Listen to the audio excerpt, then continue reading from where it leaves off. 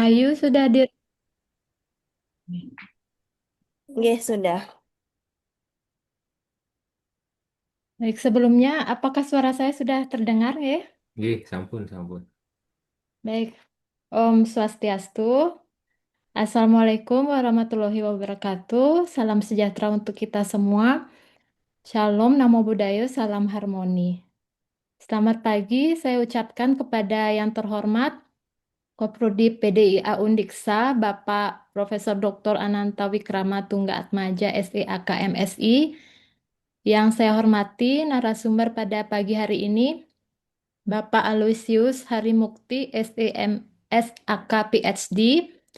Yang saya hormati Bapak Ibu dosen PDIA Undiksa yang sudah hadir pada hari ini. Yang saya hormati pula Bapak Ibu mahasiswa-mahasiswi PDIA Undiksa dan juga Bapak Ibu yang sudah meluangkan waktu untuk hadir dalam acara guest lecture pada pagi hari ini. Pertama-tama, izinkan saya mengucapkan puja dan puji syukur kehadapan Tuhan Yang Maha Esa karena atas berkat rahmat-Nya lah kita dapat berkumpul dalam acara guest lecture dengan tema Sustainable Risk Management. Adapun susunan acara guest lecture pada pagi hari ini adalah yang pertama pembukaan oleh Korprodi PDIA Undiksa, yang kedua pemaparan materi dari Bapak narasumber, ketiga diskusi dari seluruh peserta, dan yang keempat penutup. Baik, untuk acara pertama adalah pembukaan oleh Bapak Korprodi PDIA Undiksa kepada Bapak Prof. Ananta, dipersilakan. Om Swastiastu. Assalamualaikum warahmatullahi wabarakatuh. Salam sejahtera untuk kita semua. Terima kasih Bu Yuli atas kesempatan yang diberikan. Puji syukur kehadapan Tuhan karena atas berkatnya lah kita bisa berkumpul pada hari ini dalam kondisi yang sehat, gitu ya. Eh, Terima kasih kepada Pak Haring ya, yang sudah bersedia menjadi narasumber pada kegiatan kuliah tamu kita kali ini. Terima kasih juga saya ucapkan kepada seluruh panitia yang telah mempersiapkan acara ini dengan baik. Jadi kuliah tamu ini adalah sesi kuliah yang kita selenggarakan untuk menambah wawasan keilmuan bagi mahasiswa program doktor ilmu akuntansi. Nah, ini biasanya diisi oleh para pakar yang mumpuni di bidangnya gitu. Jadi di sini nanti diharapkan kita semua bisa menggali ilmu sebanyak-banyaknya dari narasumber nih untuk adik-adik, eh, bapak-bapak, ibu mahasiswa program doktor ilmu akuntansi. Jadi ini adalah kesempatan yang sangat bagus untuk kita bisa bertukar pikiran gitu ya. Nah, itu yang bisa saya sampaikan dalam kesempatan kali ini. Saya mohon maaf apabila ada hal-hal yang kurang berkenan. Semoga acara ini bisa kita selenggarakan dengan baik dan bermanfaat sebagaimana yang kita harapkan. Kita akhiri dengan para mesanti. Om Santi Santi Santi. Wassalamualaikum warahmatullahi wabarakatuh. Salam sejahtera untuk kita semua. Saya kembalikan kepada Bu Yuli. Baik, terima kasih Pak Prof. Ananta. Untuk acara selanjutnya, kita beralih ke acara utama, yakni pemaparan dari narasumber Bapak Aloysius Harimukti. Namun sebelumnya, izinkan saya memperkenalkan narasumber kita pada pagi hari ini, di mana Bapak Hari, beliau adalah dosen tetap Universitas Bayangkara Jakarta Raya dengan jabatan fungsional lektor kepala serta juga mengajar di beberapa perguruan tinggi lain seperti STIK, Institut Bisnis Nusantara, dan Universitas Pelita Harapan. Bapak Hari menyelesaikan pendidikan doktor dalam Business Management di Philippines Christian University, kemudian meraih Magister Sains Akuntansi dari Universitas Indonesia.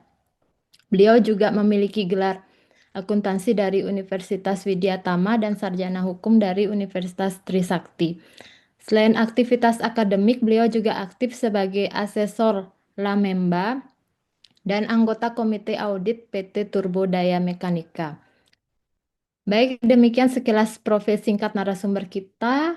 Untuk selanjutnya, silakan Bapak Aloysius Harimukti untuk menyampaikan materinya.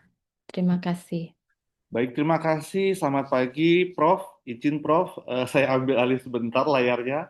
Selamat pagi, Ibu Ayu. Terima kasih sudah dihantarkan. Bapak Ibu yang terhormat, selamat pagi.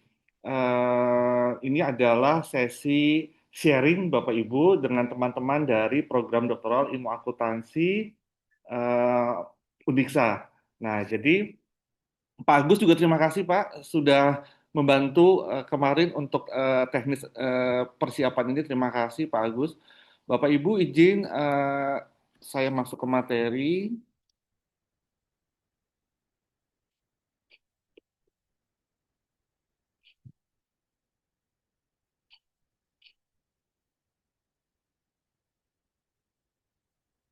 Sudah terlihat ya Bu Ayu ya? Sampun Bapak, sudah. Oke. Baik Bapak Ibu, saya sebelumnya mengucapkan semangat untuk studi. Selamat sebelumnya sudah sampai di jenjang Bapak Ibu sudah rekan-rekan sudah bisa masuk di program doktoral akuntansi. Dan yang seperti kita ketahui, Bapak Ibu, program pendidikan doktoral ilmu akuntansi itu sebetulnya menjadi dalam tanda kutip menjadi pertanyaan. Menariknya adalah akuntansi kan sudah selesai di laporan keuangan Bapak Ibu ya, seperti itu. Akuntansi sudah selesai di PSAK Bapak Ibu.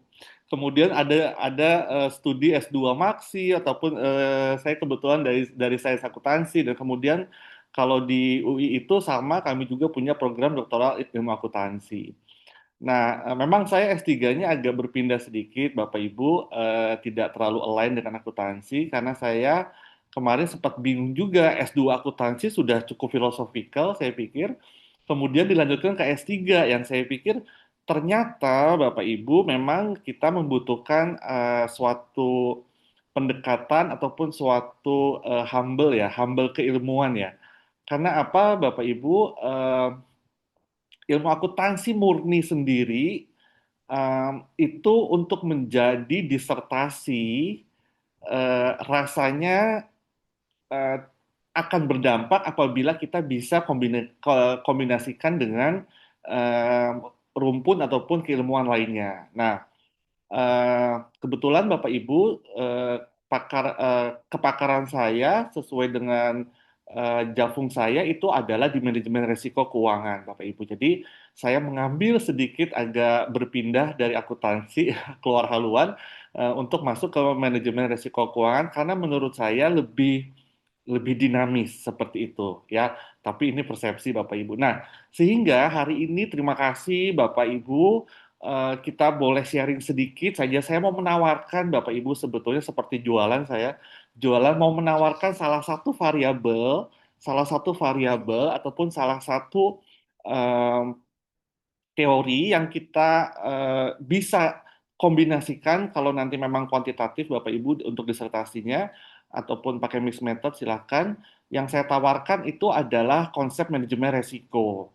Nah, izin Bapak Ibu, manajemen resiko kita sudah tidak bisa lepaskan bahwa manajemen resiko itu adalah part dari accounting. Tata kelola tidak pernah lepas dari tata kelola tidak pernah lepas dari manajemen risiko.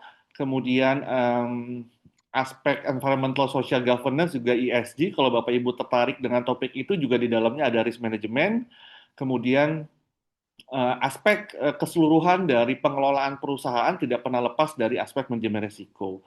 Sehingga manajemen risiko sekarang sudah menjadi salah satu ruhnya pembelajaran akuntansi. Sehingga rasanya Bapak Ibu, kita boleh memperluas skop kita terkait tentang disertasi ataupun topik riset, bagaimana manajemen risiko akhirnya mampu meningkatkan akuntabilitas ataupun manajemen risiko mampu meningkatkan optimalisasi dari kinerja keuangan dan kinerja non keuangan Bapak Ibu. Nah, saya mulai dari manajemen risiko sendiri Bapak Ibu. Jadi sebetulnya manajemen risiko itu sudah common things kami lakukan di korporasi dan pelaporan OJK juga Bapak Ibu itu kami sudah diwajibkan untuk pelaporan manajemen risiko.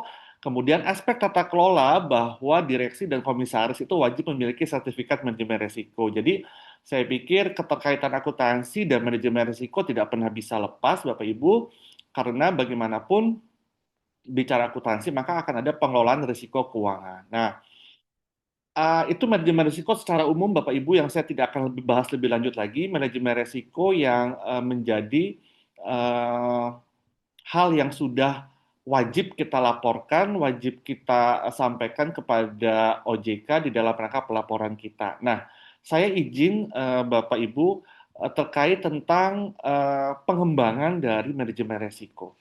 Bu Ayu, mohon maaf, saya punya waktu berapa menit ya, Bu? Biar saya timer. 45 menit, Pak.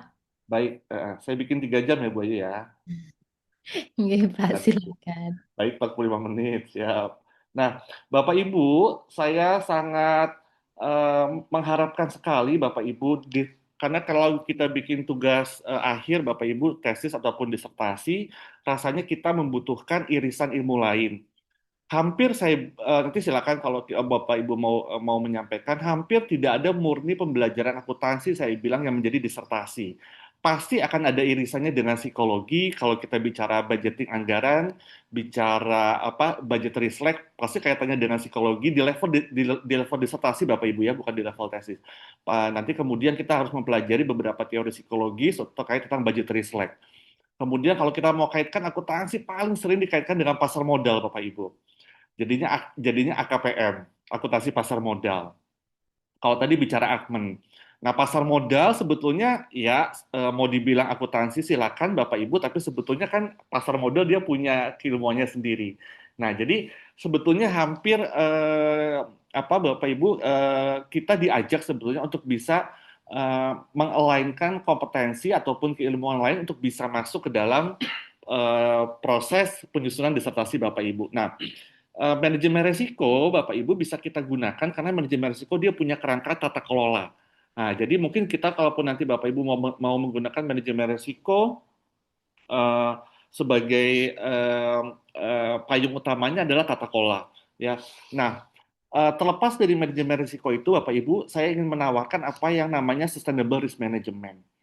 Nah, ini memang dalam proses Bapak Ibu saya sedang membuat buku sebetulnya. Kenapa saya campaign dalam tanda kutip memaksakan kepada teman-teman di Undik, saya dong undang saya gitu. Karena saya mau campaign Bapak Ibu mau jualan terkait tentang konsep sustainable risk management. Jadi sejauh ini sependek sepengetahuan saya Bapak Ibu belum pernah ada yang menawarkan tentang sustainable risk management.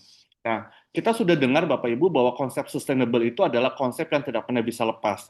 Karena kita bicara SR, Sustainability Reporting, kita bicara ESG, dan kita bicara aspek keberlanjutan lainnya.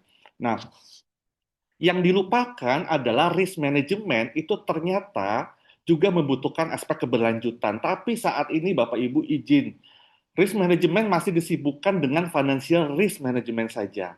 Nah, sehingga Bapak Ibu ini menjadi privilege bagi Bapak Ibu karena ini yang pertama kali Bapak Ibu saya memperkenalkan sustainable risk management, tapi juga ini juga didukung dengan beberapa penulis lainnya, moga-moga tetap kompeten. Nah, sustainable risk management Bapak Ibu sebetulnya mudahnya adalah kita memadukan antara konsep risk management dengan aspek keberlanjutan. Risk management kita tetap saya biasa menggunakan ISO 31000 Bapak Ibu sebagai standar corporate biasanya yang kita pakai ISO 31000 kemudian kita tempelkan dengan sustainable. Ya, itu teknis mudahnya Bapak Ibu. Tapi Bapak Ibu eh, nanti akan ada teknis konsep dan kerangka yang saya tawarkan. Nah, kita berangkat kepada fenomena Bapak Ibu seperti kita menulis artikel, kenapa ini penting, kenapa ini urgent. Slide ini baru saya update tadi malam Bapak Ibu karena pada saat slide ini dibuat belum ada fenomena terkait mohon maaf kita sedang mengalami musibah di Sumatera Barat, Sumatera Utara dan di Aceh Tamiang terutama Bapak Ibu. Nah, banyak perusahaan, banyak korporasi di dalamnya yang sebetulnya bertanggung jawab terhadap musibah yang terjadi di 3 daerah tadi. Oke, kita akan berbicara tentang CSR, kita akan bicara tentang sustainability reporting. ya. Tapi Bapak Ibu sering sekali kalau penelitian-penelitian itu nanti hasilnya tidak berpengaruh karena kita bilang it's matter of compliance, it's matter of paper aja, hanya masalah kepatuhan saja. Nah, eh, fenomena terkait tentang adanya banjir yang turun airnya dari gunung tanpa ada hambatan pohon satu kali, tanpa ada pohon sebagai hambatannya, itu adalah bentuk kontribusi perusakan alam yang terjadi akibat perusahaan memprioritaskan bottom line ataupun profit laba yang menjadi KPI dari para direksi. Nah, sehingga Bapak Ibu sebetulnya ada konsep manajemen risiko itu konsepnya adalah mitigasi dan kontrol Bapak Ibu. Nah, nanti boleh silakan kalau kita mau diskusi. Jadi ini apa bedanya nih sustainable risk management dengan sustainability reporting? Nanti kita akan sampai ke sana. Nah, sehingga Bapak Ibu fenomena tadi, buku ini sebetulnya nanti akan berbicara tentang sustainable risk management secara holistik Bapak Ibu. Nah, ini tidak akan pernah bisa lepas Bapak Ibu kaitannya dengan sustainability driver, ada SDGs, ada ESG dalam setiap proses manajemen risikonya. Nah, kemudian Bapak Ibu setelah kita berangkat dari fenomena yang terjadi, ya, manajemen risiko itu selalu bicara preventif, Bapak Ibu. Pada saat kita berbicara risk, itu kita akan berbicara preventive action. Nah, preventive action ini, Bapak Ibu, pada saat SR dianggap compliant saja, pada saat CSR dianggap compliant saja, maka moga-moga SRM ini atau Sustainability Risk Management ini bisa melengkapi kerangka sehingga menjadi utuh, Bapak Ibu, bentuk pertanggungjawaban perusahaan terhadap keberlanjutan dari aspek manajemen resikonya. Nah, eh, manajemen risiko, Bapak Ibu, itu sering sekali dikaitkannya cuma sama dua, Bapak Ibu. Manajemen risiko teknis, operasional, sama manajemen risiko keuangan, selesai. Nah, itu yang menjadi risk register, yang menjadi risk profiling dari perusahaan biasanya. Kemudian mereka punya unit sendiri seperti Golden Energy Mines. Mereka punya unit sustainability sendiri, Bapak Ibu. Jadi, sustainability saat ini dia merupakan unit yang terpisah. Nah, dengan sustainability risk management, Bapak Ibu, ini harapannya adalah kalau unit risk management bagi perusahaan dengan maturity yang sudah sangat baik, Bapak Ibu, mereka punya divisi manajemen risiko, mereka punya divisi sustainability seperti Golden Energy Mines sebagai contoh. Nah, harapannya adalah Bapak Ibu divisi manajemen risiko itu sudah bisa bersinergi dengan divisi dari sustainability. Nah, sehingga Bapak Ibu harapannya preventive action-nya itu bisa lebih mitigate karena kita berbicara risiko, maka mitigate-nya bisa lebih berbunyi. Karena sekarang sustainability-nya is not matter of compliance lagi, tapi ini adalah terkait tentang preventif dan mitigasi. Sekali sudah terjadi, maka kita punya kontrol. Itu kan konsep risiko sebetulnya. Dia di awal punya preventif, punya mitigasi, ada event risk, kemudian terjadi ada kontrol. Kontrolnya pun biasa kita tempelkan minimal dua, preventif mitigasi dua, kontrol dua. Nah, kalau ornamen manajemen risiko ini masuk ke dalam sustainability, Bapak Ibu, harapannya implementasi sustainability itu adalah bukan hanya masalah pelaporan di atas kertas, bukan hanya masalah penghitungan rasio persentase emisi gas kaca seperti itu. Tapi bagaimana ada preventif, ada mitigasi, kemudian terjadi event risk-nya, kemudian kita punya kontrol. Nah, konsep ini Bapak Ibu sebetulnya ingin saya gabungkan antara sustainability dengan risk management. Karena kalau Bapak Ibu perhatikan banyak penelitian sustainability yang tidak berpengaruh. Karena apa? Nanti kita ambil, mohon maaf, kita ambil penalarannya, oh bahwa ini adalah matter of compliance, ini adalah hanya masalah kepatuhan, tapi kita belum tahu seberapa dalam. Nah, akhirnya teknisnya yang lagi yang disalahkan dalam tanda kutip. Nah, sehingga Bapak Ibu, kembali lagi tadi sekarang fenomena yang pertama tadi terkait tentang bencana, dan itu menjadi tanggung jawab. Yang kedua adalah kita penting Bapak Ibu untuk ada urgensi Bapak Ibu bahwa ternyata sustainability ini tidak berjalan optimal. Nah, eh, kemudian Bapak Ibu, kenapa juga kita concern terhadap risk management Bapak Ibu? Karena kita punya konsep risk management itu adalah risk management bisnis risiko Bapak Ibu adalah bisnis yang paling profit pada saat COVID Bapak Ibu. Karena semua risiko akhirnya ditransfer ke dalam bentuk premi.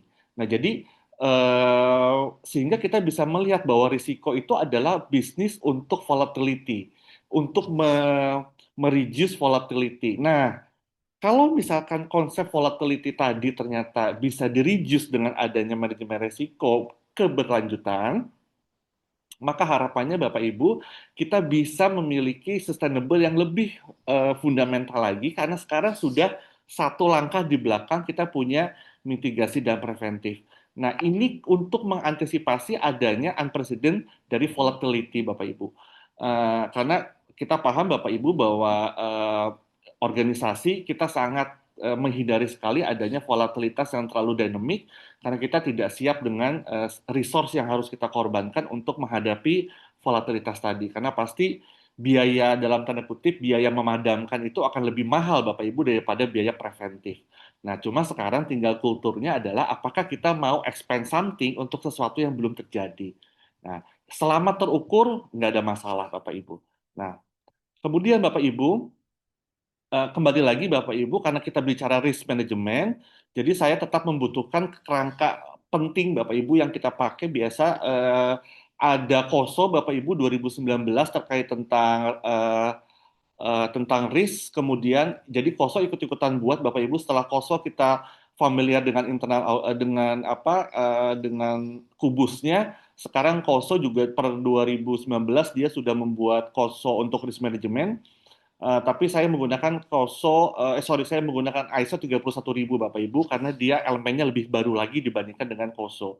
Nah, kemudian Bapak Ibu sehingga buku ini sebetulnya ingin ingin menyajikan konsep integrasi antara ESG, SDGs dengan ISO 31000 dengan tetap mengedepankan pentingnya triple bottom line Bapak Ibu. Jadi ini konsep moga-moga bisa menambah konsep holistik Bapak Ibu.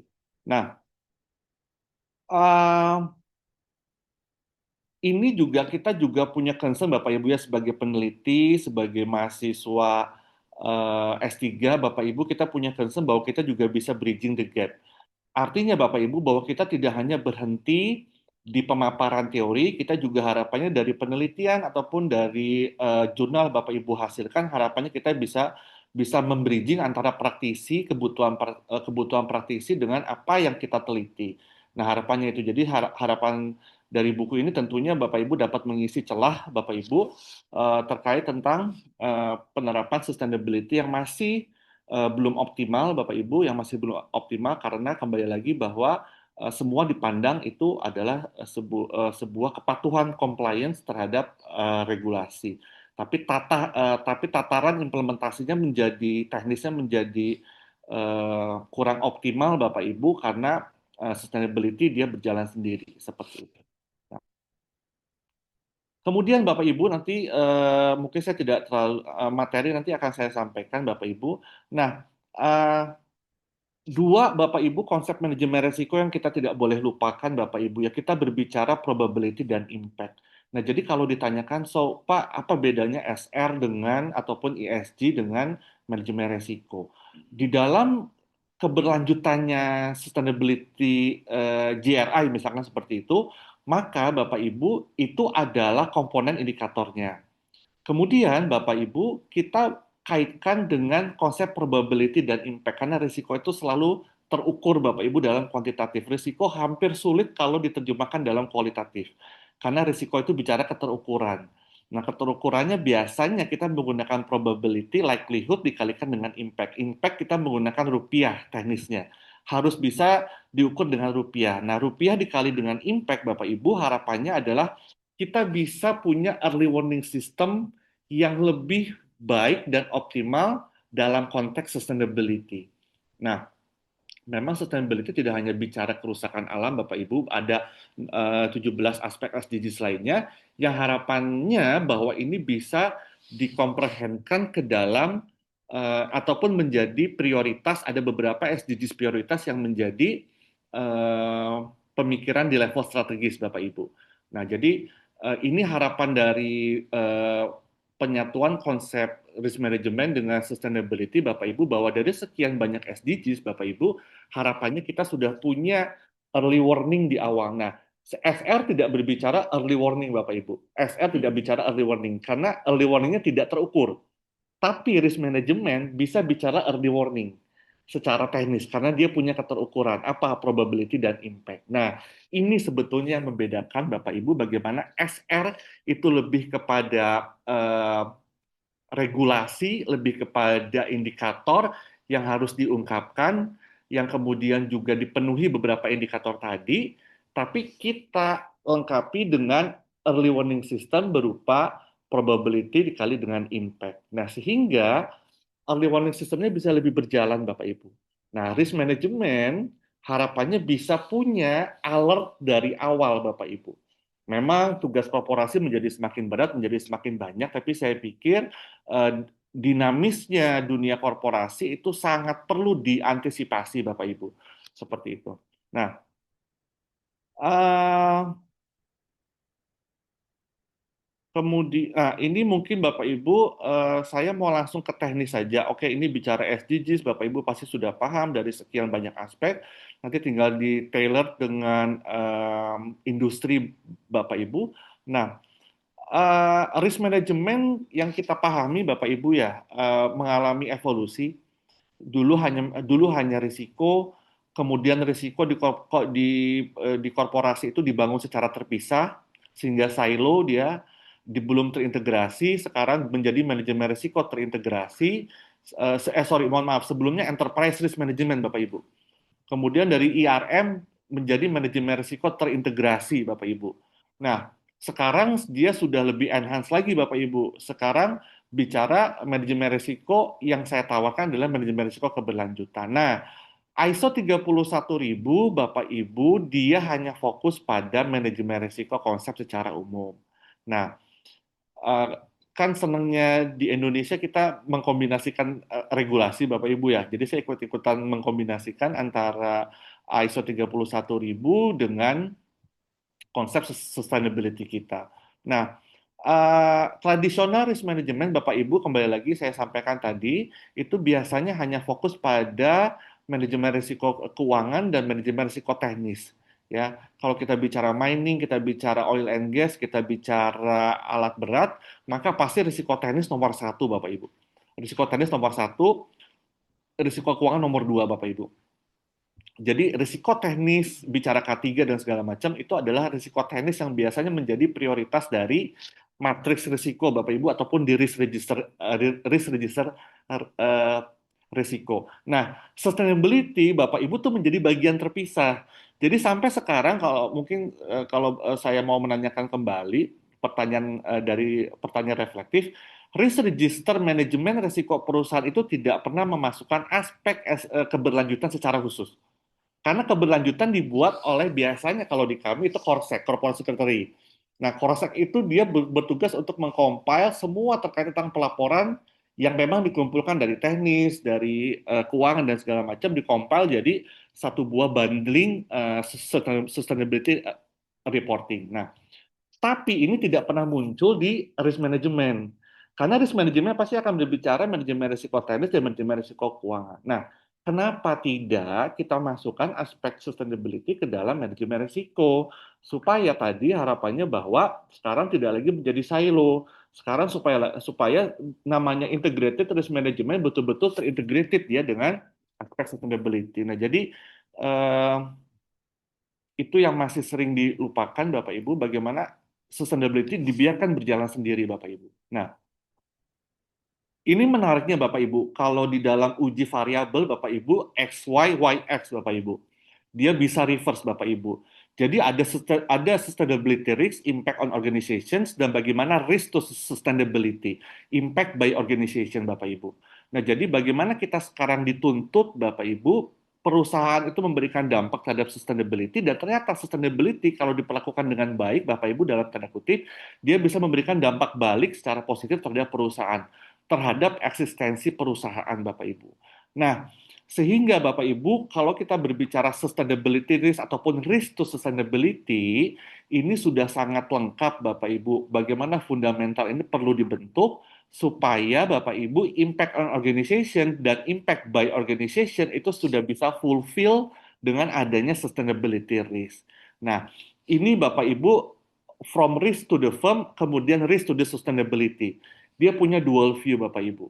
Nah, ini dilihat Bapak Ibu sebagai kepentingan Bapak Ibu bagaimana risiko dapat mempengaruhi perusahaan dan perusahaan dapat mempengaruhi mohon maaf perusahaan dapat mempengaruhi keberlanjutan dan keberlanjutan akhirnya mampu mempengaruhi perusahaan seperti itu. Nah, ini Bapak Ibu existing framework-nya, kita bicara framework yang sudah ada dulu, ISO 31000 dan COSO 2017. Ini masih bicara konsep secara umum, Bapak Ibu, kerangka secara umum. Nah, saya mau langsung lanjut ke framework-nya Bapak Ibu ya. Eh, jadi saya coba menyusun Bapak Ibu. Jadi ini konsep Bapak Ibu, konsep yang nanti mungkin next project-nya, next bukunya adalah saya akan turunkan dari kerangka ini menjadi compliance indikator Bapak Ibu. Ya, nah karena saya siapkan dulu bagaimana implementasinya Bapak Ibu. Jadi yang pertama adalah ada 6 langkah Bapak Ibu, 6 stages of integration dari sustainability risk management. Nah, eh, yang pertama adalah kita menentukan konteks, Bapak Ibu. Bagaimana sustainability drivers ini. Nah, konteks ini, Bapak Ibu, kita mendefinisikan konteks, Bapak Ibu, dengan mengintegrasikan, Bapak Ibu, antara external sustainability driver yang menjadi eh, karena kita paham Bapak Ibu ya, setiap industri tidak pernah bisa lepas dari keberlanjutan akan environmentalnya. Industri F&B, industri eh, retail, Bapak Ibu, apalagi industri itu tidak pernah bisa lepas dari keberlanjutan, mohon maaf, tidak pernah bisa lepas dari aspek driver sustainability eksternalnya. Nah, itu kita tentukan dulu setting konteks by sustainability driver, karena setiap industri punya ketergantungan external environment yang berbeda-beda, Bapak Ibu. Nah, kemudian langkah keduanya kita menentukan identifikasi risiko, Bapak Ibu. Identifikasi risiko, Bapak Ibu, kita akan berusaha untuk memecahkan, Bapak Ibu, kita berusaha untuk membreakdown, Bapak Ibu, interconnected risiko. Ya, interconnected risiko sehingga Bapak Ibu kita bisa memahami apa yang menjadi kebutuhan lintas unit. Ya, karena di aspek keuangan kita punya risiko, di aspek teknis kita punya risiko, di aspek operasional punya risiko, dan dari sekian corporate secretary pun kita punya risk Bapak Ibu. Jadi marketing punya risk Bapak Ibu. Jadi nah kita mengidentifikasikan risiko antar interconnected risk tadi. Nah, tapi jangan lupa Bapak Ibu bahwa ada aspek interconnected risk across natural, social, and institutional system. Nah, jadi ini Bapak Ibu yang kita bisa identifikasi risiko-risiko interconnected terkait tentang environment dan sosialnya. Nah, selain dari interconnected risiko yang ada internal Bapak Ibu ya, tapi eksternal juga perlu kita uh, identifikasikan. Yang berikutnya Bapak Ibu, langkah ketiga adalah risk analysis. Risk analysisnya kita menggunakan aspek pendekatan ESG Bapak Ibu. ESG Bapak Ibu silakan, tapi framework yang sering saya pakai adalah dari Nasdaq 2019 Bapak Ibu. ESG Indonesia punya standar sendiri, tapi karena Indonesia pasti adopt dari luar Bapak Ibu ya. Seperti SR-nya Indonesia kan sangat minim, sehingga kita pakai GRI. ESG Indonesia juga sangat minim sehingga saya lebih prefer menggunakan Nasdaq. Jadi yang berikutnya langkah ketiga kita menggunakan risk analysis using ESG materiality. Apakah sudah minimal memenuhi komponen dari ESG Nasdaq? Kurang lebih dia ada di 30 tapi belum di breakdown ke indikator Bapak Ibu. Nah, setelah itu Bapak Ibu kita melakukan risk evaluasi. Nah, evaluasi risk ini terkait tentang risk appetite Bapak Ibu. Jadi risk appetite itu kita bicara acceptability Bapak Ibu ataupun kemampuan dari level strategis untuk mampu menerima. Ya, karena saya yakin setiap person di level strategis pasti dia memiliki risk appetite ataupun daya daya terima yang berbeda. Nah, itu yang menyebabkan kita menjadi risk taker ataupun risk averse sebetulnya di level strategis Bapak Ibu. Nah, risk evaluation ini kita akan mengevaluasi risk acceptability. Artinya kalau kita accept Bapak Ibu, kita tidak melakukan kegiatan, kita tidak melakukan aksi untuk mentransfer risiko, tapi kita accept, kita embrace Bapak Ibu. Nah, kalau embrace kembali lagi tergantung kepada daya tahan dari uh, buffering, baik itu cash flow, buffering modal dan segala macam terkait tentang kalau dia mau mengembrace ataupun mau mengaccept ya karena dia punya appetite seperti itu. Nah, tapi kalau kita mau transfer Bapak Ibu ya kita harus punya additional expense lagi ataupun additional cost untuk melakukan biaya transferis tadi. Nah, kemudian risk management melalui adaptive governance dan ini kita sudah mulai bicara terkait tentang mitigasi Bapak Ibu. Jadi mitigasi ini harapannya bisa disiapkan lebih awal Bapak Ibu karena kalau bicara sustainability pasti kita akan masuk ke dalam mindset pelaporan. Tapi kalau kita bicara risk management via adaptive governance Bapak Ibu, kata kuncinya ada di governance Bapak Ibu ya. Nah, kalau kita bicara di governance Bapak Ibu berarti sebetulnya ini sudah masuk ke dalam mindset dari level strategis, berarti masuk ke dalam level direksi dan komisaris, Bapak Ibu. Sehingga kalau sudah masuk di adaptive governance, harusnya ini menjadi tone of the top ya. Karena kan kultur seperti ini tidak bisa dibangun dari level middle ke atas, ataupun dari level bawah ke atas, tidak bisa Bapak Ibu. Nah, adaptive governance artinya Bapak Ibu, kita mengharapkan bahwa awareness dari level direksi dan komisaris untuk mampu mensinergikan bahwa sekarang matter of risk management tidak hanya masalah manajemen risiko keuangan saja, tapi ini juga sudah masuk ke dalam ranah sustainability risk management. Ya, nah kita butuh dukungan dari level governance Bapak Ibu, dari level tata kelola seperti itu. Nah, kemudian yang berikutnya adalah kita berusaha mengintegrasikan reporting dan stakeholder transparansi. Kita sudah punya banyak sekali Bapak Ibu pelaporan-pelaporan untuk pemenuhan dari ekspektasi pemangku kepentingan stakeholder Bapak Ibu. Ya, kita punya beberapa regulasi yang diwajibkan, kita punya beberapa lembaga-lembaga yang memang dalam tanda kutip meminta akuntabilitas perusahaan kita. Nah, kita harapannya dengan risk management ini sudah bisa disajikan di dalam integrated reporting. Ya, integrated reporting juga menarik Bapak Ibu untuk jadi variabel penelitian karena sekarang sudah ada proksinya integrated reporting.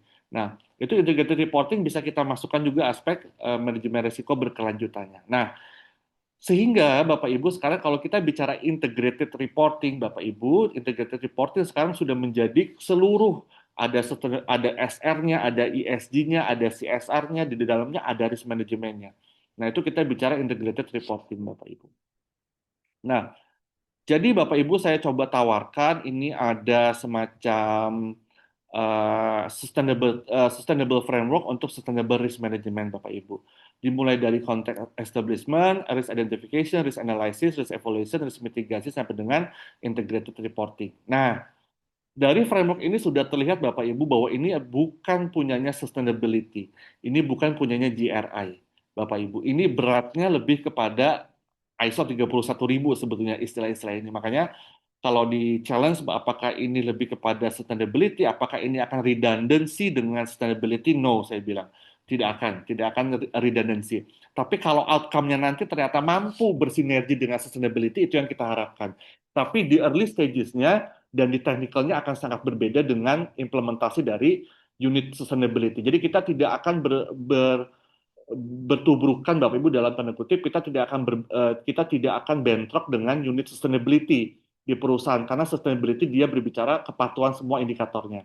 Nah, kita berbicara sebelum kepatuhan, kita lagi berbicara tentang mitigasi, mengidentifikasikan dan memasukkan aspek sustainability ke dalam risk register. Nah, risk register perusahaan saya yakin belum pernah ada yang memasukkan aspek sustainability. Kembali saya sampaikan. Karena sustainability selalu dilempar urusannya ke Korsek ataupun ke unit sustainability. Risk management dia tidak pernah mau berbicara tentang aspek sustainability. Risk management hanya mau berbicara tentang aspek teknis, aspek operasional, dan aspek keuangan. Itu saja Bapak Ibu. Nah, ini memang adaptif Bapak Ibu ya. Jadi saya paham ini bukan murni totally baru sustainable framework, tapi kita coba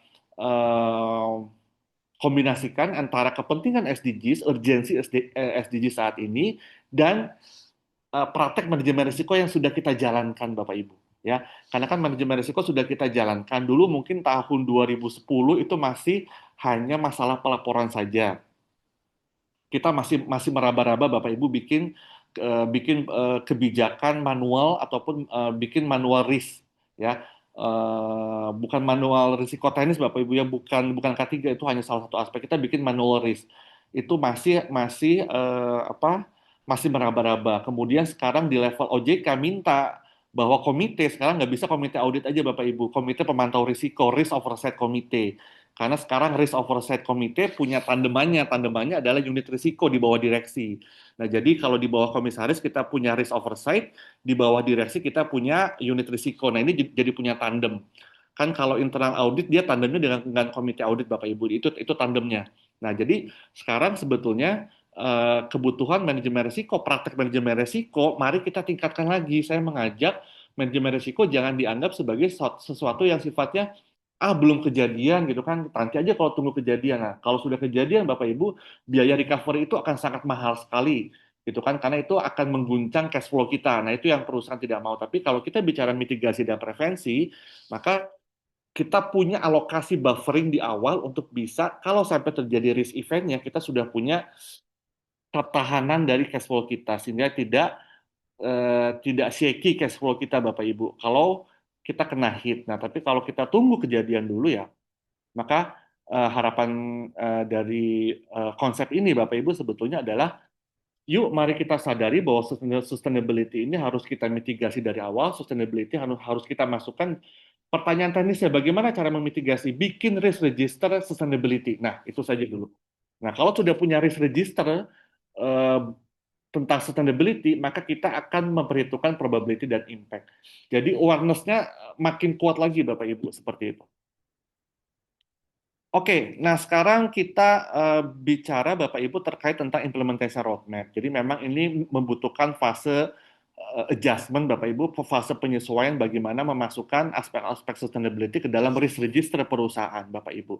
Nah kita perlu melakukan 4 langkah, ada diagnosis, ada kembali mendesain Bapak Ibu, kemudian mengintegrasikan dan kemudian kita coba lihat bagaimana monitoring dan evaluasinya. Nah jadi diagnosis ini Bapak Ibu terkait tentang bagaimana sustainability gaps yang masih kosong dan masih kita perlu lengkapi untuk di level manajemen risiko. Kemudian kita mulai mendesain kembali Bapak Ibu karena ini membutuhkan pendekatan interdisciplinary Bapak Ibu. Kemudian kita juga perlu berkomunikasi dengan para stakeholder. Kemudian kita mengintegrasikan 6 langkah tadi. Terakhir kita tutup dengan monitor dan evaluasi. Jadi saya coba juga sediakan implementation. Selain framework, saya juga coba menyediakan implementation roadmap Bapak Ibu dalam rangka proses transisi Bapak Ibu. Nah, risk identification tools-nya banyak Bapak Ibu, ada SWOT, ada PESTEL, ada life cycle risk mapping, ada risk heat map. Silakan Bapak Ibu masing-masing organisasi biasa punya identifikasi risiko dan masih banyak alat tools lainnya untuk melihat identifikasi. Yang paling mudah PESTEL Bapak Ibu, terkait tentang political environment, social, technological, apalagi saya lupa lagi satu ya. Eh, Pestel Bapak Ibu itu bicara eksternal Bapak Ibu. Nah, kemudian Bapak Ibu, nah karena kita berbicara risiko Bapak Ibu, kita tidak pernah bisa lepas dari mitigasi Bapak Ibu. Jadi mitigasi itu konsep yang diusung dari manajemen risiko. Nah, kita Bapak Ibu harapannya tidak hanya bicara terkait tentang reducing financial losses saja Bapak Ibu.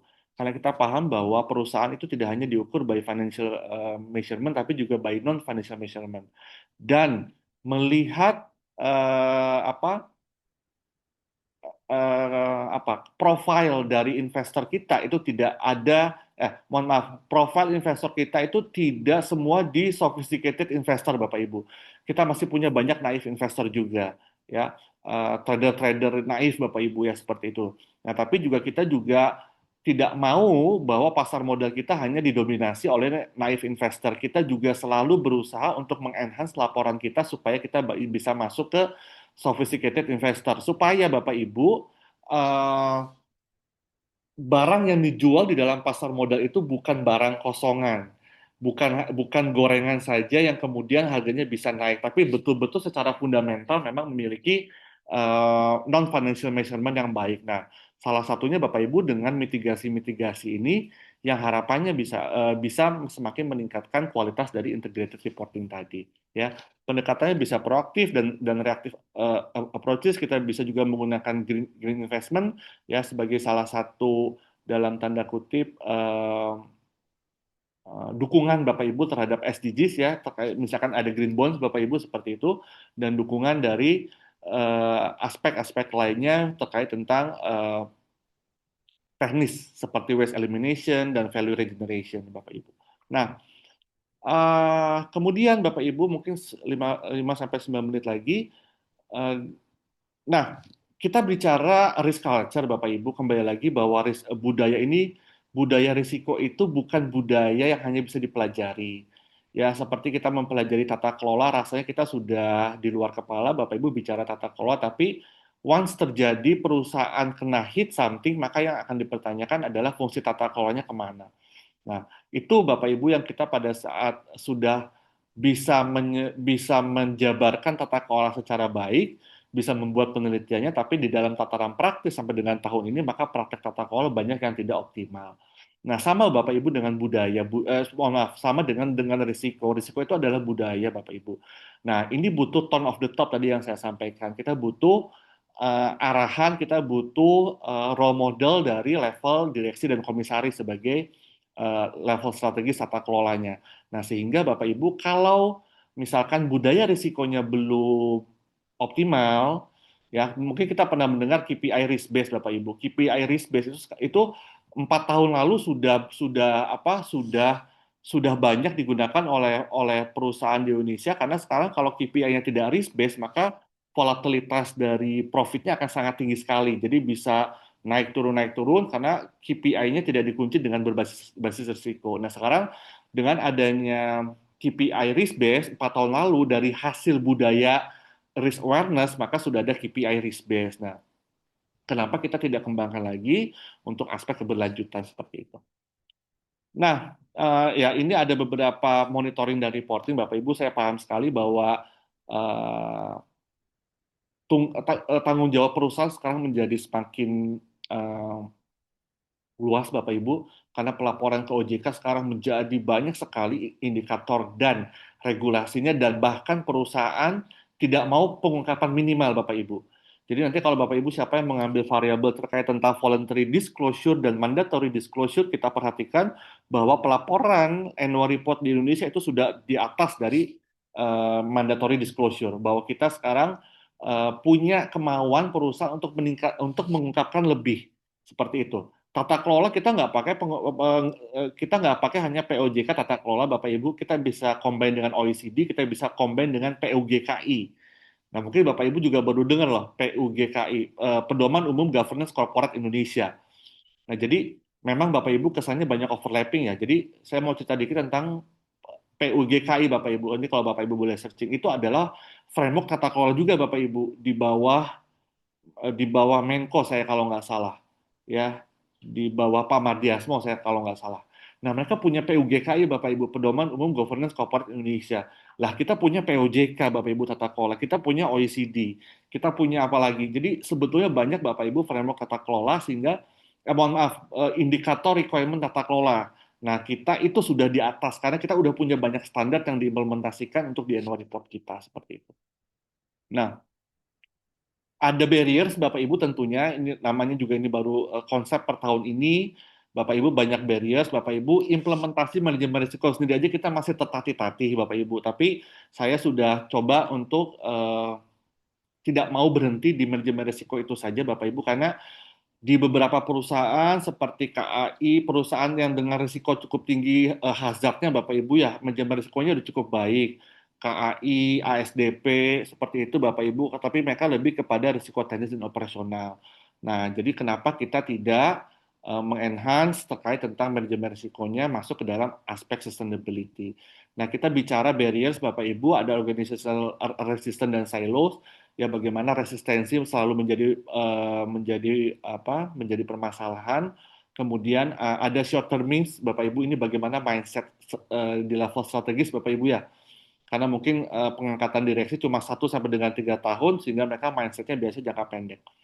Profit pressure menjadi kendala juga Bapak Ibu karena kita bicara risk, maka ada mitigation cost di awal. Nah, itu yang akan mendistorsi terkait tentang profit pressure tadi. Kemudian data and regulatory gaps Bapak Ibu. Ya, nah ini nanti mungkin kalau bicara regulatory kita banyak kelemahannya Bapak Ibu karena masalah compliance. Oke, Bapak Ibu, sedikit lagi kita bicara from framework to disclosure, Bapak Ibu. Nah, jadi mungkin next project saya, nanti kalau Bapak Ibu ada mau bergabung membuat buku ini juga silakan, nanti boleh kontak. Karena saya membutuhkan banyak insight, Bapak Ibu. Jadi ini project buku ini saya buat dengan eh, dosen dari Malaysia satu, kemudian satu eh, prof dari akuntansi kontemporer Bapak Ibu. Jadi saya manajemen risiko, ada satu guru besar dari akuntansi kontemporer ikut di dalamnya, dan satu saya membutuhkan kebetulan yang dari Malaysia, beliau ada di manajemen risiko keuangan ya di insurance. Jadi saya minta. Jadi kalau nanti Bapak Ibu mau bergabung untuk membuat buku keduanya silahkan, karena saya mau pindah dari framework to disclosure. Nah, jadi kita akan membreakdown apa saja sebetulnya disclosure yang menjadi supaya tidak overlapping dengan sustainability Bapak Ibu. Jadi pasti nanti akan ada irisannya ketemu dengan sustainability di aspek disclosure, tapi emphasize-nya ataupun bobotnya akan lebih berat di manajemen risikonya. Nah, jadi teknis manajemen risikonya, pengungkapannya akan lebih berat. Mungkin harapan saya di 70% itu adalah manajemen risiko, 30% di sustainability. Nah, nanti pada saat disclosure ini jadi, harapannya bisa membantu bisa memboost dari sustainability tadi ataupun unit sustainability. Ya apalagi kalau sustainability-nya dibuat hanya masalah compliance. Nah, jadi moga-moga dengan adanya 70% lebih berat ke manajemen risiko ini, harapannya bisa memboost kebutuhan dari unit sustainability. Nah, mungkin itu dulu Bu Ayu, eh, paparan konsep Bapak Ibu masih sangat challenge sekali, tapi moga-moga ada masukan yang membangun dari Bapak Ibu, ada insight yang bisa untuk melengkapi konsep ini Bapak Ibu, karena saya akan pindah ke disclosure requirement Bapak Ibu untuk sustainability risk management. Seperti itu Bapak Ibu, saya kembalikan kepada Bu Ayu, waktu dan tempat saya persilahkan. Ya, terima kasih Pak Hari atas penyampaian materinya. Untuk Bapak Ibu yang lain, apakah ada pertanyaan ataupun eh, pendapat begitu dari Bapak Ibu? Dipersilakan. Izin Bu Jangan Ayu. ragu. Ya, silakan Pak. Selamat pagi, Pak Pak Alius Hari Ya, Mukti. Ya, Pak Wan. saya hormati kepada Pak Ananta, pada dosen Pak Sukma, dan pada teman-teman sekalian. Eh, Memang saya tadi nggak dari awal ya Pak, izin maaf tadi terlambat. Tapi sekilas saya dengar ya terkait dengan sustainability ini, perannya sangat tinggi ya di suatu perusahaan untuk bagaimana perannya itu bagaimana mengelola suatu risiko ya secara menyeluruh, apakah itu dari sisi akuntansinya, dari sosial dan lainnya. Pertanyaannya Pak, izin terkait dengan peran daripada sustainability ini. eh, Sangat penting memang di suatu perusahaan. Namun yang saya lihat fenomena yang terjadi, perusahaan-perusahaan yang BUMN, perusahaan besar-besar itu sudah ada tata kelola yang bagus, ya. Namun peran ini seakan-akan macam seperti suatu pajangan ya. Karena yang pemain-pemainnya top manajemen rata-rata. Yang paling bawah itu sebagai pengikutnya atau sebagai penontonnya gitu. Jadi apakah peran daripada sustainability ini memang benar-benar sangat berguna bagi suatu perusahaan? Karena saya lihat di Pertamina atau di perusahaan yang eh, besar-besar itu sangat perannya sangat besar, sangat baik seharusnya untuk ke negara atau ke masyarakat. Tapi dan dampaknya nanti kan ke CSR lagi. Itu dampaknya lagi ke para yang lainnya. Jadi apa sih daripada efektivitasnya ini dapat diterapkan? Kalau misalnya pihak manajemen puncaknya pun bermain gitu. Apa sih apanya sebagai kontrol daripada hal ini gitu? Apakah ini suatu sistem saja? Apakah ini suatu pajangan saja? hal ini tidak tercover dengan halnya adanya sistem ini gitu. Mungkin itu udah gitu apa sih perannya kepada sustainability ini ke alam ya. Ketika ada terkait sosial, ada lingkungan, sedangkan kayak di Sumatera itu banyak bencana. Apa sih peran dia gitu agar supaya tidak terjadi itu di kayak Sumatera itu illegal logging dan lainnya. Itu peran-peran para perusahaan-perusahaan besar itu yang memainkan daripada terjadinya bencana-bencana itu, penyebabnya kira-kira seperti itu. Kira-kira itu mungkin Pak Hari Mukti mungkin Ya, ada pencerahannya. Makasih Pak Hari. terima kasih dengan Pak Wan ya Pak ya. Iya baik Pak. Pak Wan, ya terima kasih. Nanti berikutnya ada Bapak Putu Sukma Pak ya. Ah, saya coba dulu Pak Wan, saya feedback dulu. Ah, baik Bapak Ibu, jadi terima kasih Bapak Ibu. Betul Pak, bahwa itu kembali. Jadi kalau Pak Wan, tadi kita sebetulnya di slide saya pertama Pak, bicara sustainable risk management itu pada saat saya buat slide ini belum ada kejadian musibah di Sumatera Barat, Sumatera Utara, dan Aceh, terutama Aceh Tamiang. Nah, kemudian baru saya perbarui slide saya. Karena apa Bapak Ibu? Manajemen resiko, mohon maaf, sustainability pada saat aspek environmentalnya sudah kena hit, risk eventnya sudah kejadi, kita selalu bicara biaya recovery. Nah, sehingga itu menjadi titik momentum Pak Wan sebetulnya. Kalau kita bicara biaya recovery yang begitu mahal, katakanlah memang sekarang belum ada exposure nama perusahaannya, tapi rasanya kita sudah bisa menebak beberapa perusahaan yang menjadi menjadi kontributor utama terjadinya penebangan pohon ini.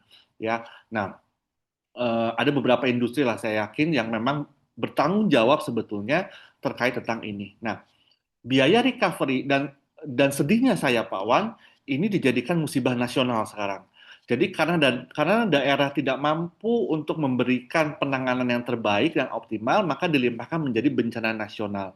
Kalau dilimpahkan menjadi bencana nasional, Bapak Ibu, maka aspek tanggung jawab perusahaan menjadi semakin terdistorsi. Karena mereka tidak akan optimal, karena sekarang sudah menjadi pengalihan isu menjadi bencana nasional ya.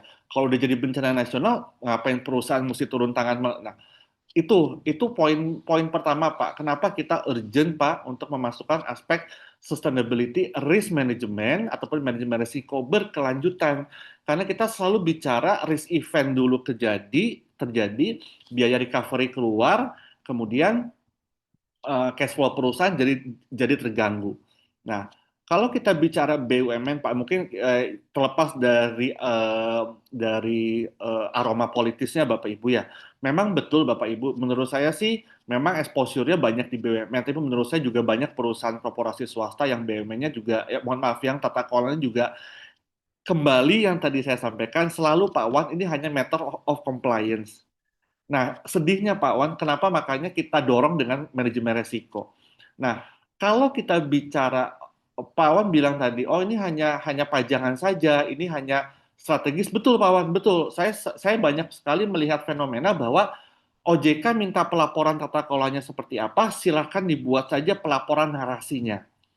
Jumlah rapat, isi rapat, komposisi diversity, dan segala macam. Pokoknya semua tata kelola kita sampaikan keterbukaan informasi, whistleblower, sebutin apalagi Bapak Ibu.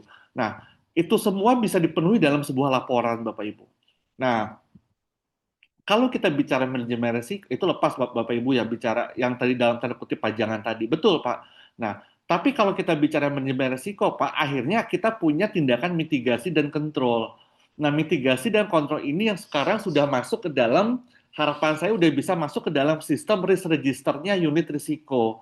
Nah, jadi di satu sisi, kalau perusahaan di level strategiknya, di level direksi dan komisaris hanya bicara terkait tentang pemenuhan narasi tata kelola, tapi di level bawahnya sekarang sudah bergerak, Pak.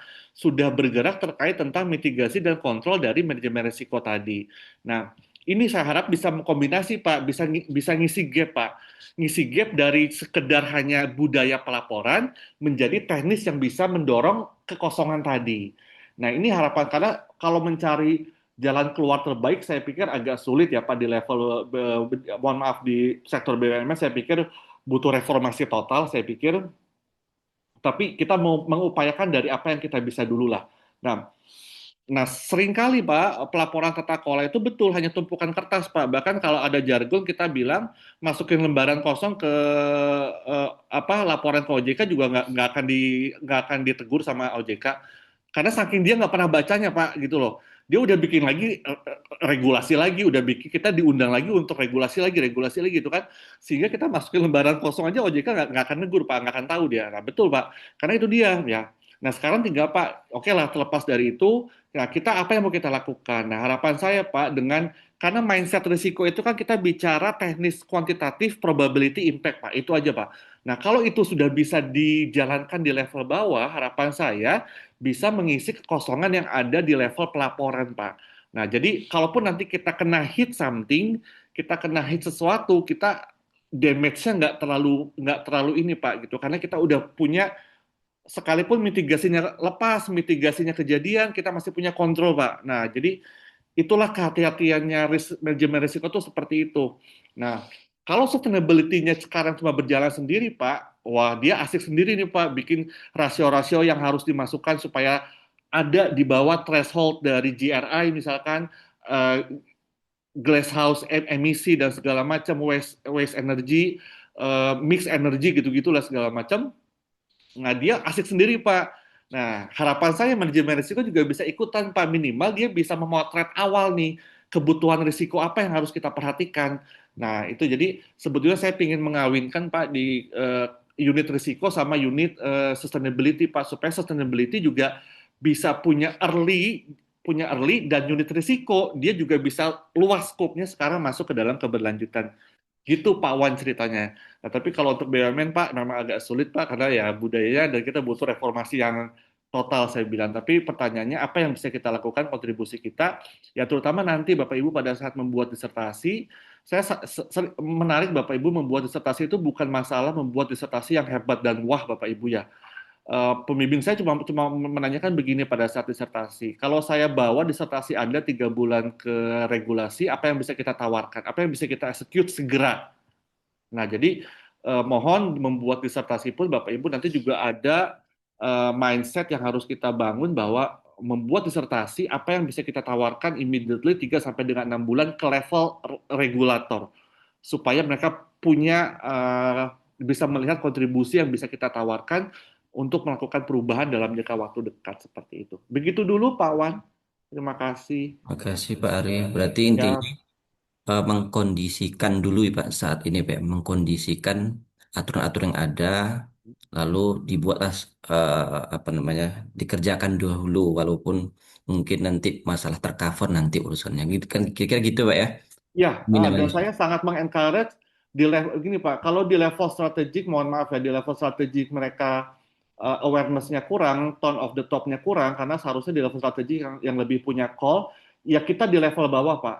Artinya kita bisa mengoptimalkan unit-unit yang sudah berjalan supaya bisa punya cakupan yang lebih luas lagi.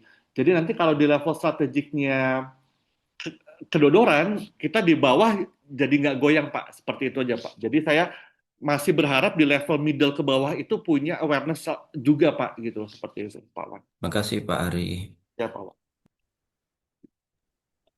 Ya, terima kasih Pak Wan.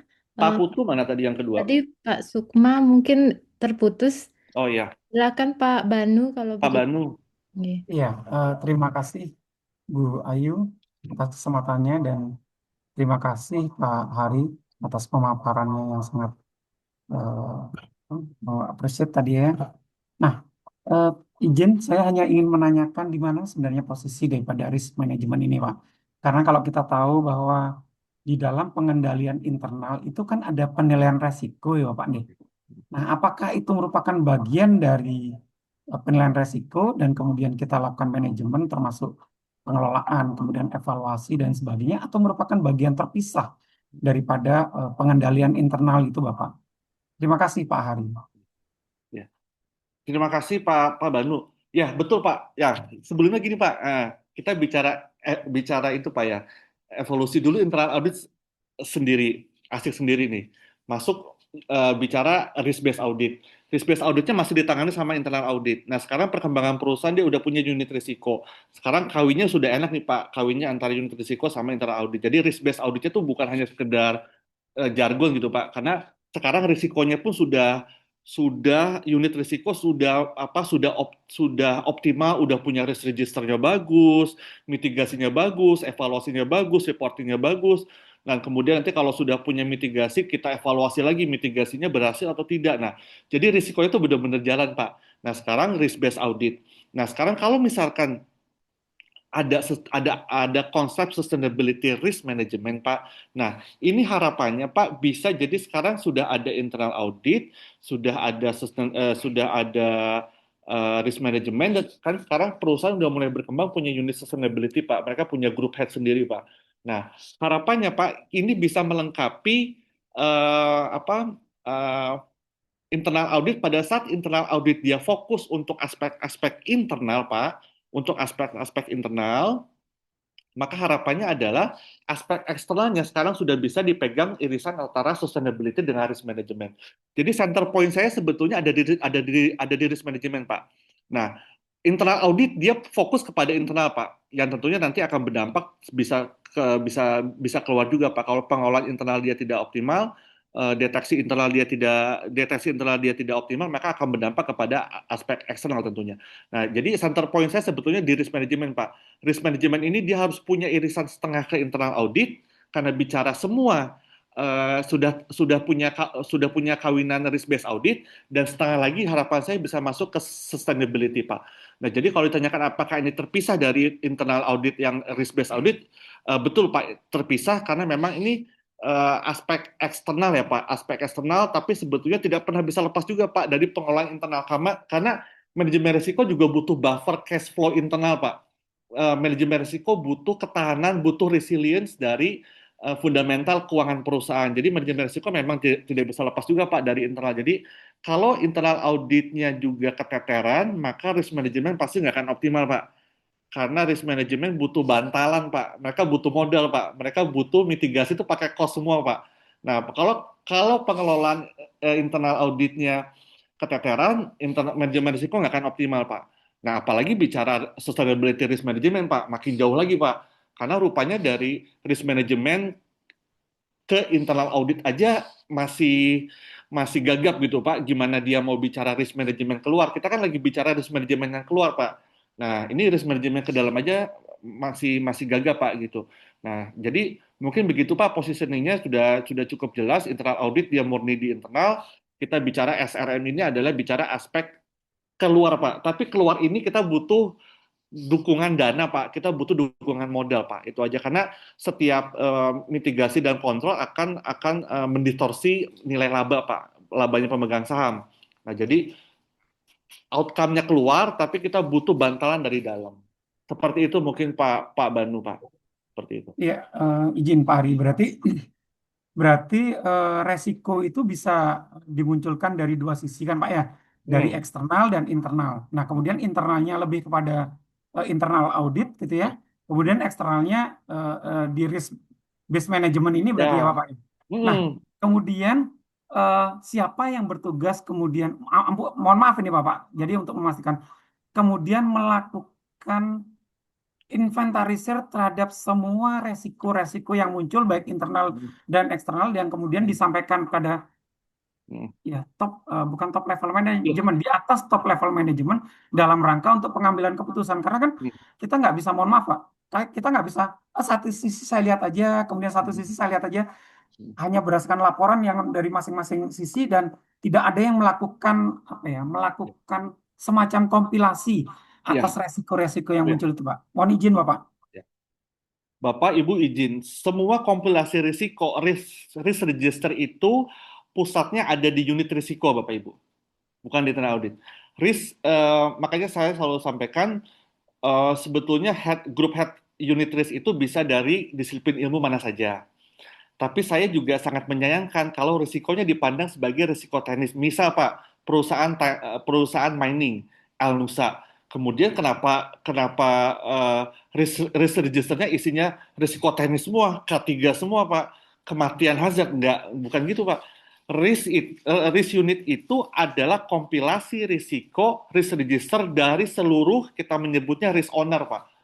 Risk ownernya ada yang marketing, ada korsek, ada teknis operasional, ada keuangan, ada eh, unit-unit lainnya. Itu semua dikompilasi di unit risiko, Pak.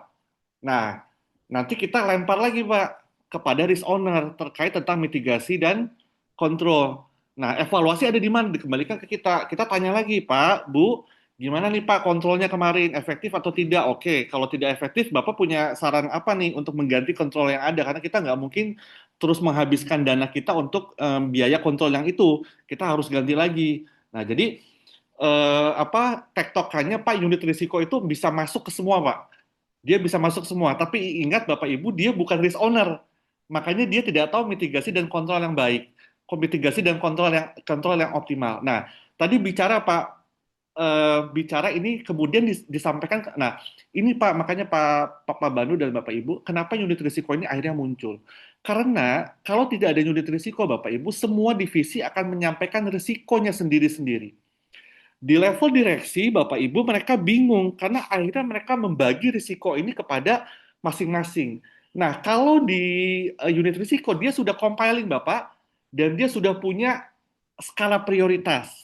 Nah, dari mana? Dari probability dan impact. Jadi penyampaian ke direksi itu bisa jadi nih, misalkan kalau ada 4 divisi di kantor kita, bisa jadi ada divisi yang akhirnya tenggelam, Pak, risikonya karena dia sudah tertutup dengan area merah dari risiko lain. Nah itu yang helikopter view dari level direksi yang terkadang luput kalau kita nggak punya unit risiko, Pak. Karena akhirnya fokus kepada di orang keuangan seperti ini risikonya, di teknis operasional sangat sangat sangat eh, sangat memeras pemikiran dan modal.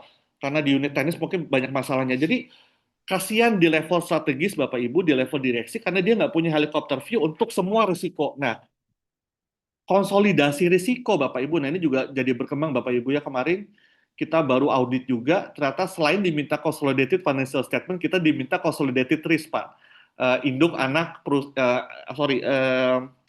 induk anak cucu Pak. Jadi harus ada consolidated risk Pak.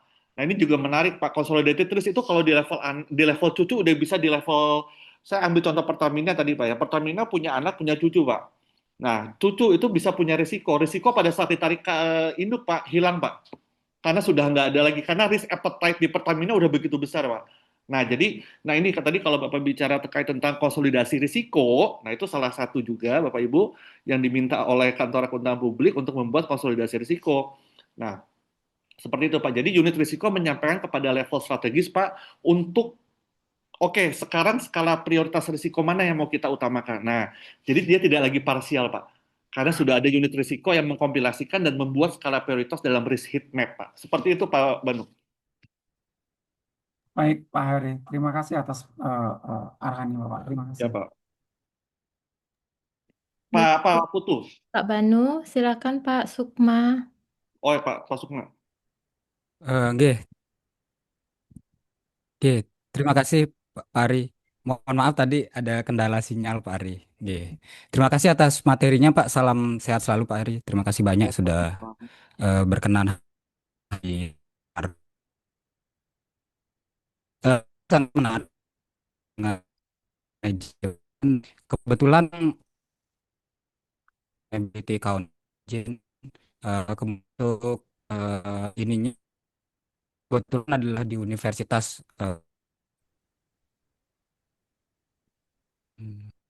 Agak putus-putus ya. Maaf Pak Sukma, terputus-putus suaranya. nggih, sebentar. Nah, ini butuh pengelolaan risiko Pak Sukma di sini. Harus diidentifikasi risiko.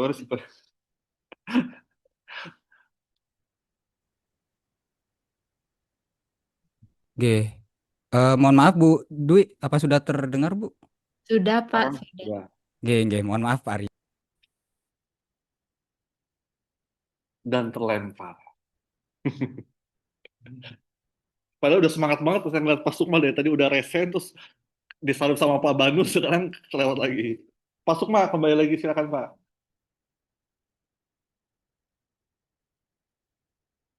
Atau kalau nggak boleh diketikkan dulu Pak Sukma, nanti saya coba jawab. Bisa diketik di kolom chat Pak Sukma Hmm. atau di off cam saja biar lebih lancar Oke, sinyalnya. eh, Bu Dwi, apa sudah terdengar Bu? Sudah Sudah. sekarang Pak. Nggih, mohon maaf Pak Ari. Kebetulan untuk tahun ini saya lanjutkan Pak Ari. Nggih. Kebetulan memang di tahun ini saya meneliti universitas ya Pak ya, dari Hmm. laporan keberlanjutan universitas gitu. Hmm. Karena yang tadi Pak Hari sampaikan kan kebanyakan di sektor privat Pak ya. Oke. Nah, di tahun ini saya meneliti terkait dengan sustainability commitment dari universitas begitu Pak. Jadi saya meneliti beberapa universitas yang masuk di UI Grand Metric Pak ya, seperti Universitas Indonesia, Universitas Gajah Mada dan seterusnya. Nah, memang kalau kita lihat dari laporannya kan sangat normatif ya Pak ya, hanya mengikuti beberapa indikator dan belum ada risk management yang seperti Pak Hari sampaikan begitu Pak. Jadi mungkin ini akan menjadi menarik ketika meneliti sustainable risk management di universitas ya Pak ya. Karena kan universitas pun sekarang dari beberapa literatur yang saya baca itu memiliki social risk dan juga environmental risknya Pak ya. Jadi ada risiko sosial dan risiko lingkungan Pak. Jadi universitas yang selama ini kita anggap institusi yang berada di zona nyaman ternyata sekarang sudah punya risiko sosial dan risiko lingkungan juga gitu Pak. Hmm. Nah, dari pendapat Pak Hari bagaimana Pak? Apakah misalkan topik sustainable risk management ini relevan begitu Pak diimplementasikan khususnya di universitas di Indonesia begitu Pak? Karena kalau di luar kan seperti di Australia itu mereka sudah mapan lah Pak ya dari Hmm. sisi sustainability reportingnya dan seterusnya. Dan kemudian Pak Ari lihat mungkin tidak di Universitas Indonesia itu ada di Indonesia itu ada komite keberlanjutan mungkin Pak atau struktur di governance mereka yang memang concern pada isu-isu risk management yang berhubungan sama keberlanjutan. Oke. Mungkin itu saja Pak Ari pertanyaan saya. Terima kasih banyak Pak. Ya. Terima kasih Pak Sukma. Betul Pak. Jadi eh, untuk di level, mohon maaf, untuk industri pendidikan Bapak, betul bahwa kita juga diminta untuk masuk ke dalam aspek keberlanjutan. Nah, jadi memang kalau dilihat apakah ini seperti normatif? Iya, saya bilang. Apakah ini seperti apa pemenuhan standar minimal ya? Pemenuhan standar minimal, iya, betul. Nah, apakah kalau konsep ini bisa dilanjut? Apakah kalau konsep sustainability risk management ini bisa dilanjutkan? Eh, nah, begini Pak, karena Menkos saya konsisten dengan Pak Banu tadi Pak. Jualan kita itu ada di manajemen risiko, Pak. Jadi kalau kita mau memasukkan, mau menginternalisasi konsep SRM ini ke dalam perusahaan, walaupun eh, universitas sekarang udah mulai menerapkan manajemen risiko, Pak Sukma. Jadi kalau mau implementasi dari SRM ini, mohon kita review juga, Pak, bagaimana teknis tataran implementasi dari manajemen risikonya. Karena konsep manajemen risiko berkelanjutan ini dia kawinnya sama unit risiko, Pak. Seperti itu. Jadi kalau perusahaan, mohon maaf, kalau universitas belum memiliki manajemen risiko yang baik, Pak, maka ini akan menjadi sulit. Jadi sustainability-nya nanti kayak tadi yang Pak Sukma bilang, yang penting ada, yang penting secara minimal requirement masuk, selesai. Tapi ini belum menjadi budaya, Pak, karena ini jauh sekali menurut saya dari implementasi tataran implementasi teknis di dalam perusahaan. Nah, di dalam universitas, Pak. Jadi sebetulnya sih Pak Sukma, kalau saya mau bicara, apakah ini Bapak melihat sebagai prospek? Ya, tapi dalam jangka waktu dekat rasanya tidak, Pak Sukma, gitu loh. Karena yang saya jual ini bukan sustainability-nya, Pak Sukma. Yang saya jual ini adalah awareness manajemen risikonya. Dan menurut saya maturity kematangan manajemen risiko kayaknya sih di sektor private lebih urgent butuh, Pak, gitu. Dan mereka lebih banyak ya kita kan comply karena regulasinya mengikat Pak ya. Kalau nggak ada sanksi, nah itu kan. Nah sementara menurut saya di level sustainability, di level universitas rasanya sanksinya tidak seberat sektor private Pak. Seperti itu. Jadi kalau ditanyakan langsung apakah ini berprospek, iya harapan saya Pak sebetulnya bisa menyasar semua sektor industri, tapi apakah dalam jangka waktu dekat universitas membutuhkan ini rasanya belum Pak. Mereka perbaiki dulu manajemen risikonya Pak. Kalau manajemen risikonya masih tidak optimal, maka akan percuma dengan konsep ini. Semua hanya akan ada di permukaan. Nah mungkin dalam jangka waktu dekat ini sebetulnya lebih penetrasinya sebetulnya lebih kepada sektor private dulu Pak Sukma. Karena manajemen risikonya sudah matang Pak. Sebagian, sebagian Pak Sukma. Begitu Pak Sukma. Terima kasih Pak Ari. Jadi Nah, prospek area risetnya masih ada ya Pak ya untuk oh iya level di dong, ya. atas Nah, Pak. karena Baik. ya, jadinya ada gap, jadinya ada gapnya Pak Sukma gitu loh. Karena kita akan berbicara sustainability yang tidak optimal gitu kan. Nah, sekarang bagaimana cara men-boost ini ya? Salah satunya dengan awareness dari manajemen resiko seperti itu. Baik Pak Ari. Terima kasih banyak insight-nya Pak. Terima kasih Pak. Kami akan kirimkan link baru di grup dan nanti Bapak Ibu bisa join ke link baru.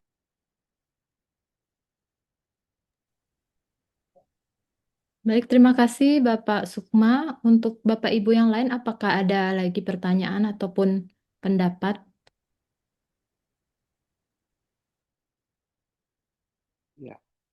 Jangan ragu Bapak Ibu untuk melebarkan skop karena saya yakin promotor dan koprom Bapak Ibu juga open minded untuk menerima semua disiplin ilmu selama punya irisan dengan kekhususan akuntansinya. Jadi manajemen risiko bisa menjadi salah satu pertimbangan opsi Bapak Ibu untuk untuk menunjukkan untuk menonjolkan novelty Bapak Ibu. Nah, karena novelty di akuntansi, ayo nanti cari lagi apalagi akuntansinya gitu kan. Nah, coba mari kita tonjolkan aspek lainnya selama masih punya irisan dengan keakuntansiannya seperti itu.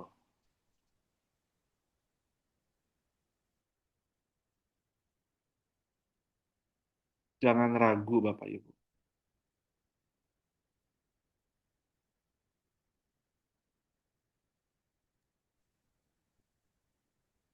Bagaimana Bapak dan Ibu? Apakah ada pertanyaan?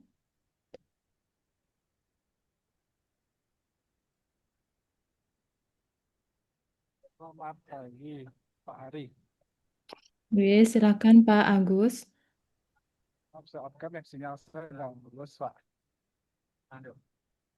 Pak Ari, terkait tadi kan banyak Pak Ari sampaikan di manajemen risiko berkelanjutan, betul Pak Ari ya.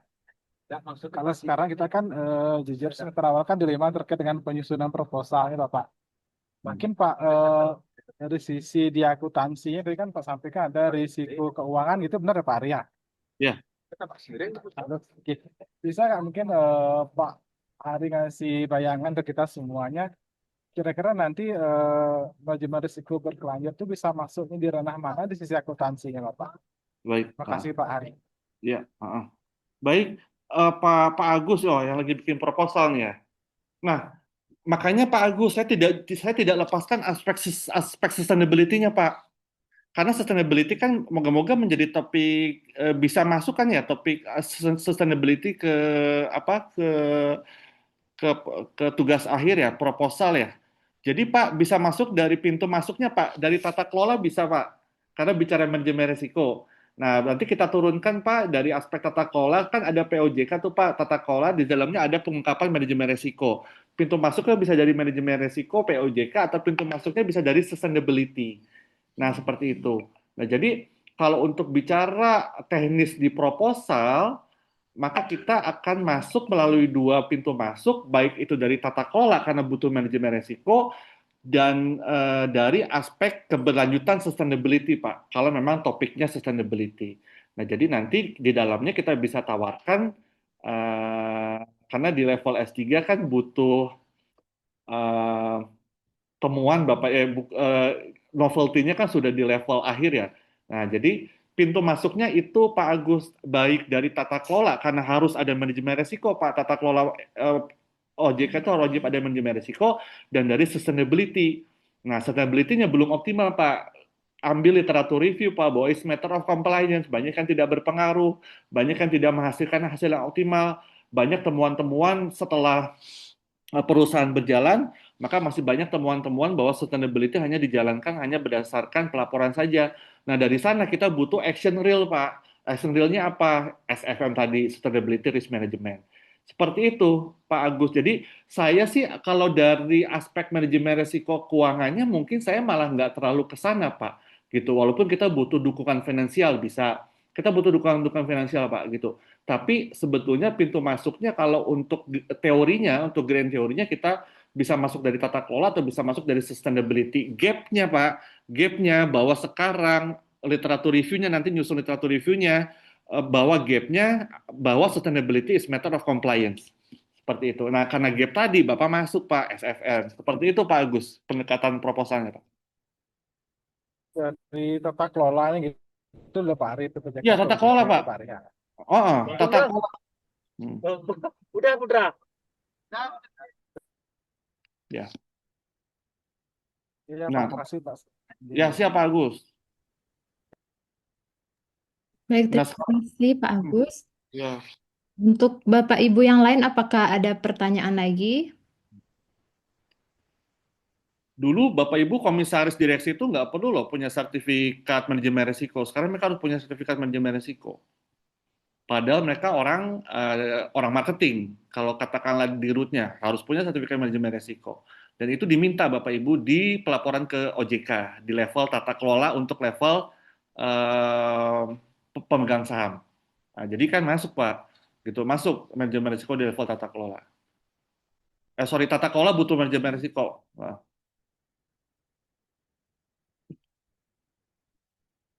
seperti itu.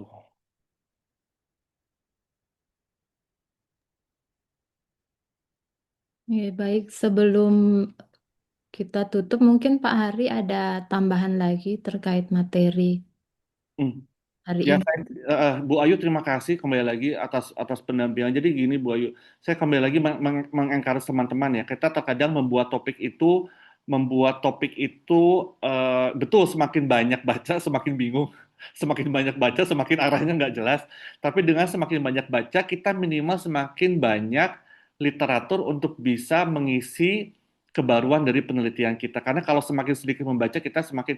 Nah, saya emang encourage untuk membaca itu tidak hanya membaca multidisiplin selama itu ada kaitannya dengan irisan akuntansi, maka sangat terbuka sekali. Karena novelty kalau kita hanya fokus di akuntansi saja, Bapak Ibu sebetulnya sudah, nah, sudah hampir tidak ada menurut saya gitu kan.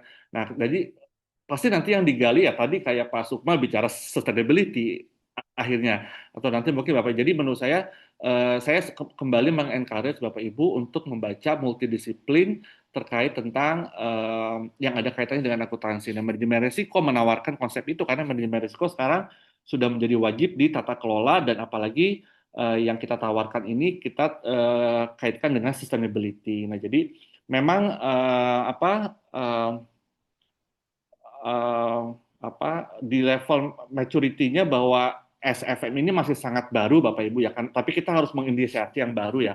Yang lebih baik kita tampil baru tapi penuh dengan masukan tapi daripada kita tidak melakukan apapun gitu kan. Karena ada urgensi Bapak Ibu fenomena-fenomena penting yang memang manajemen risikonya dipertanyakan kemana ini sebetulnya seperti. Jadi mohon Bapak Ibu untuk bisa mengembrace disiplin lain dalam rangka mencari novelty proposal dan tugas akhir Bapak Ibu. Seperti itu Bu Ayu. Baik, terima kasih Bapak Hari. Untuk Bapak Ibu sekalian, jika tidak ada pertanyaan, maka kita sudah sampai pada penghujung acara guest lecture pada pagi hari ini.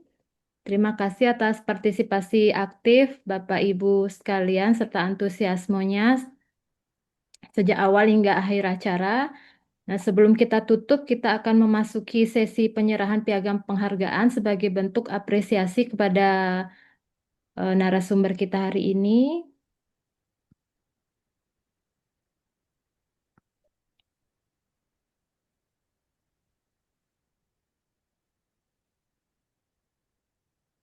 Terima kasih Bu Ayu, terima kasih Prof atas kesempatannya Prof. Bu Ayu, Pak Agus dan rekan-rekan Bapak Ibu, terima kasih. Semangat Bapak Ibu. Oke. Izinkan kami menyerahkan piagam penghargaan kepada Bapak Hari atas pemaparan materi yang sangat informatif dan inspiratif untuk mengapresiasi narasumber kita. Saya mengundang seluruh peserta untuk memberikan reaksi dengan mengklik tombol reaction sebagai bentuk ucapan terima kasih kepada Bapak Hari. Terima kasih. Baik, terima kasih Bapak Ibu.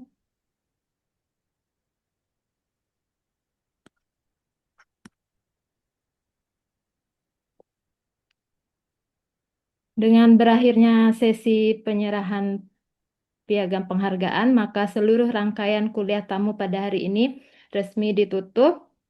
Terima kasih kepada narasumber, narasumber, panitia, serta Bapak Ibu sekalian yang sudah dapat hadir dalam kuliah tamu pada pagi hari ini. Terima kasih sekali lagi kepada Bapak Hari atas materi yang sangat informatif dan menginspirasi. Baik, saya tutup dengan